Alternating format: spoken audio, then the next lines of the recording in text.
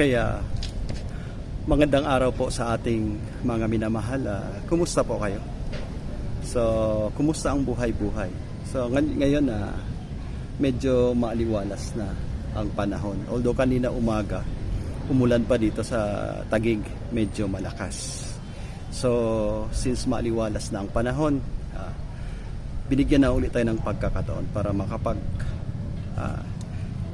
ikot-ikot sa ating pinagtatrabahuhan or tinatawag na magsisimula na tayo ulit sa outdoor activities. So, umiikot ako kanina at meron akong isang halaman na napansin.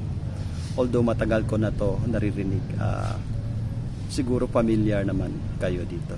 Ito ay yung halaman na tinatawag nilang sampasampalukan. So ang sampasampalukan, ito ang itsura niya. Para siyang, kung hindi ka magkamali, para siyang ipil-ipil or makahiya. Ngayon kasi hapon na, tumiklop na siya. But para siyang ipil-ipil or makahiya. Ganito lang siya. Okay? So ang pagkakaiba lang nito is meron siya parang malalaman niyo siya sampasampalukan kasi meron dito sa ilalim niya parang mga bilog-bilog. Mga bilog-bilog yan dito sa ilalim niya.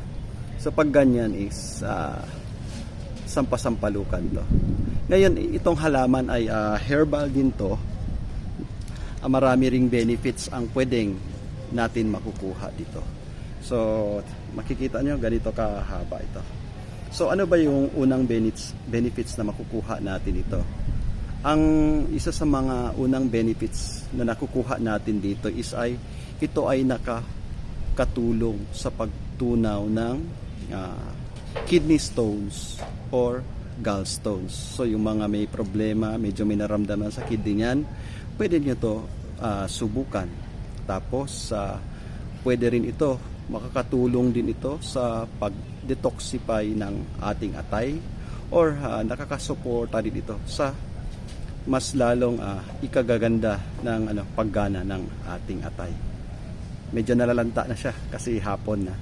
Then another is pwede rin dito, makakatulong dito sa pagbaba ng ating BP or blood pressure. Sa mga medyo mataas blood pressure, subukan nyo rin itong ilaga lang to. Then nagtataglay din ito ng anti-inflammatory na properties sa ating katawan at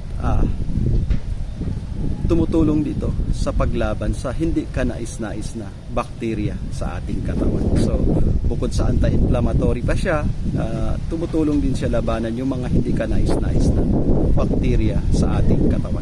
Pasensya na kayo, medyo mahangin ngayon dito sa ating lugar kung saan tayo tawid. Then tumutulong din ito, nakakababa din ito ng lagnat sa mga, lalo na mga babies dyan na may lagnat. Subukan nyo. Ang ano lang nito, ang challenge lang ito, medyo may pagkamapait siya konti or aftertaste. Then nagpo-promote din ito, tumutulong dito para mag-promote ng yung healthy blood sugar level natin. So yung mga especially yung mataas yung blood sugar dyan, so subukan nyo inumin to. Ako iniinom ko to usually pag gabi para paggising ng umaga. Ang sarap ng pakiramdam, although wala pa naman ako noon. Then ang last na nakakatulong dito is para ma-improve yung flow ng ihi natin, urinal flow natin, napapaganda siya. So gaya ng sinabi ko, wala pa naman ako naramdaman pero umiinom ako nito at yung isa, iniinom ko yun. Pinagsasabay ko tong dalawa, ilaga. Then ginagawa ko siyang tubig, ilaga ko siya. Usually paghapon ako naglalaga. Then inom. Then pagka gabi before ako matulog, ito ang iniinom ko. So pagkagising ko sa umaga, ang sarap talaga ng pakiramdam. So, hindi ko na pahabain itong video na to. Hopefully nakakatulong sa inyo. Tandaan nyo to ha. Parang ipil-ipil siya na mukhang makahiya. Pero ang pagkakaiba, sa ilalim ng dahon nito, may mga bilog-bilog gaya nito. May mga bilog-bilog siya. Na yun ang palatandaan na sampasampalukan. So, alam ko, busy kayo ngayon. Yung iba may mga nasa trabaho, yung iba may gawaing bahay. So, hindi ko napahabain ang video na to. Sana nakakatulong to sa inyo or sa mga kaibigan nyo na nangangailangan ng lunas para sa ating katawan. Maraming salamat at magandang hapon sa ating lahat.